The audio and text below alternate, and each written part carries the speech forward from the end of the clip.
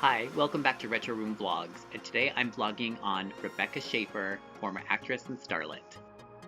So, Rebecca Schaeffer was a starlet and upcoming actress during the 1980s who was most famous for her supporting role on the sitcom My Sister Sam, in which she co-starred with actress Pam Dawber. My Sister Sam ran for 2 seasons and was initially a hit with viewers. The show was brought back for a second season after a write-in campaign from viewers who wanted the show back. Although the show was ultimately cancelled after its second season, and there were several episodes that did not air initially, they are all available in syndication. So Schaeffer was born in Oregon, the only child of Dana, a writer-instructor at Portland Community College, and Dr. Benson Schaeffer, a child psychologist. She was raised in Portland. She initially had aspirations to become a rabbi, but began modeling during her junior year in high school. Schaeffer appeared in department store catalogs and also appeared in television commercials and as an extra in television film. In August 1984, Schaeffer's parents allowed her to move to New York City by herself to pursue a modeling career. While working in New York, she attended professional children's school.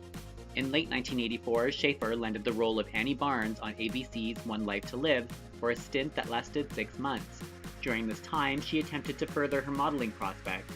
At 5 foot 7 inches, she was considered too short for high fashion modeling and struggled to find work. In 1985, Schaeffer moved to Japan in hopes of finding more modeling jobs, but still encountered difficulty due to her height. She returned to New York City and decided to focus on an acting career. In 1986, Schaeffer won a small role in Woody Allen's comedy Radio Days, but her performance was ultimately edited from the film. Only a brief scene featuring her character remains in the film. She continued modeling and also worked as a waitress. After landing the cover of 17 magazine, she caught the attention of television producers who were casting a new sitcom, My Sister Sam, starring Pam Dawber. Schaeffer tested for and won the role of Patricia Patty Russell, a teenager who moves from Oregon to San Francisco to live with her 29-year-old sister, Samantha Sam Russell, after the death of their parents. The series was initially a hit, ranking in the top 25, but was canceled halfway through its second season in April 1988 due to failing ratings. After My Sister Sam, Schaeffer had supporting roles in scenes from A Class Struggle in Beverly Hills, The End of Innocence, and the television film Out of Time. She also served as a spokesperson for the children's charity Thursday's Child.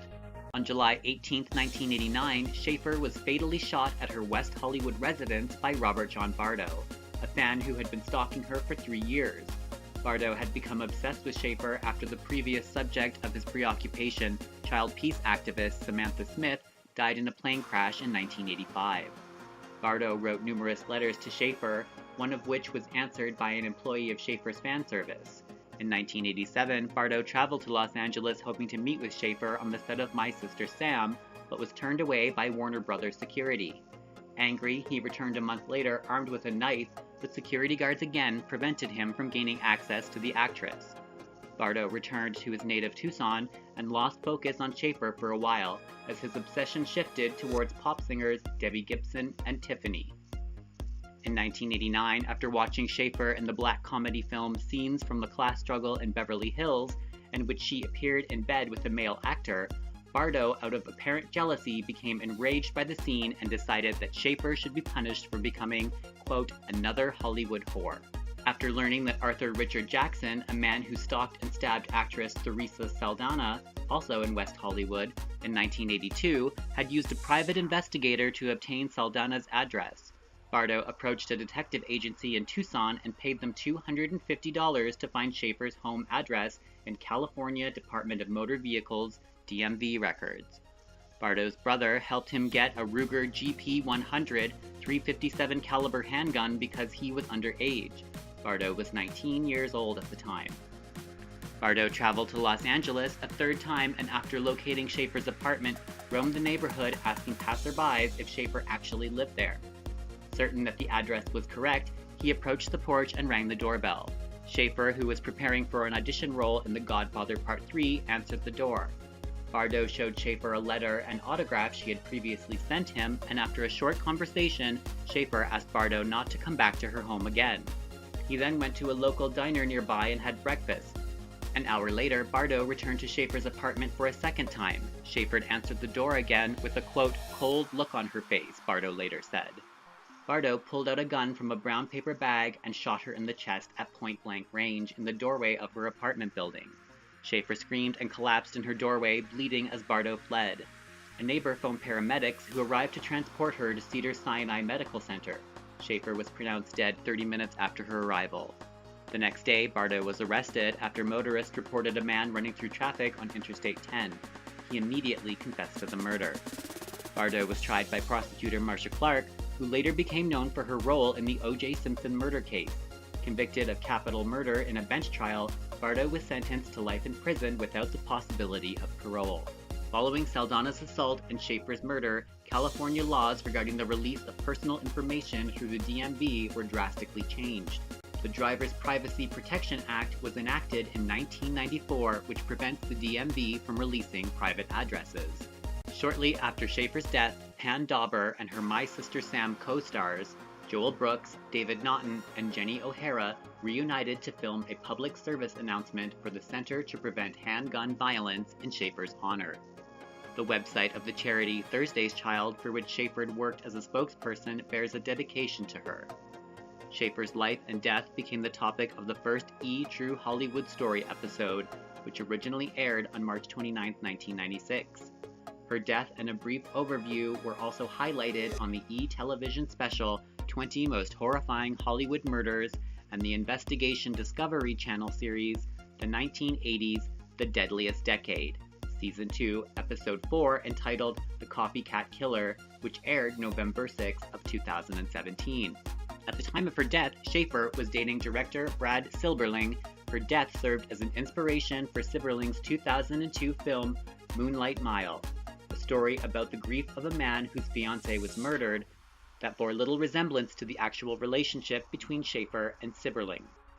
Rebecca Schaeffer's credits include One Life to Live, Amazing Stories, My Sister Sam, Radio Days, Out of Time, Scene from a Class Struggle in Beverly Hills, The End of Innocence, and Voyage of Terror. If we take a look at the Wikipedia page for Robert John Bardo, here is some of what it has to say. Bardo was housed in sensitive needs units for inmates such as gang members, notorious prisoners, and those convicted of sex crimes after his arrest. During the trial, Bardo claimed the U2 song Exit was an influence in the murder. The song played in the courtroom as evidence, with Bardo lip-syncing the lyrics. Bardo's attorneys conceded that he had murdered Schaeffer, but they argued that he was mentally ill. Psychiatrist Park Dietz, testifying for the defense, said that Bardo had schizophrenia and it was his illness that led him to commit the murder. Bardo was found guilty of first-degree murder and sentenced to life imprisonment without the possibility of parole. Bardo carried a red paperback copy of The Catcher in the Rye when he murdered Schaeffer, which he tossed onto a roof building as he fled.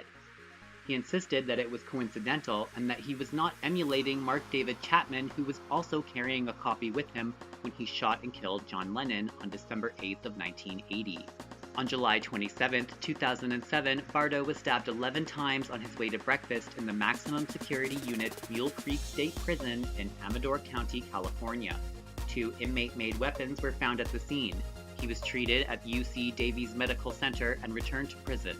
Officials said the suspect in the attacks was another convict serving 82 years to life for second-degree murder.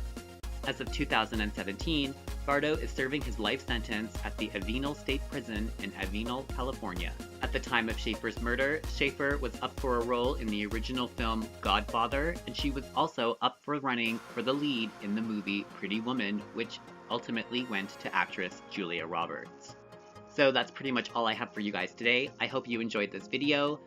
Please feel free to check out my other channel, Retro Room, and I will see you guys again for my next upload.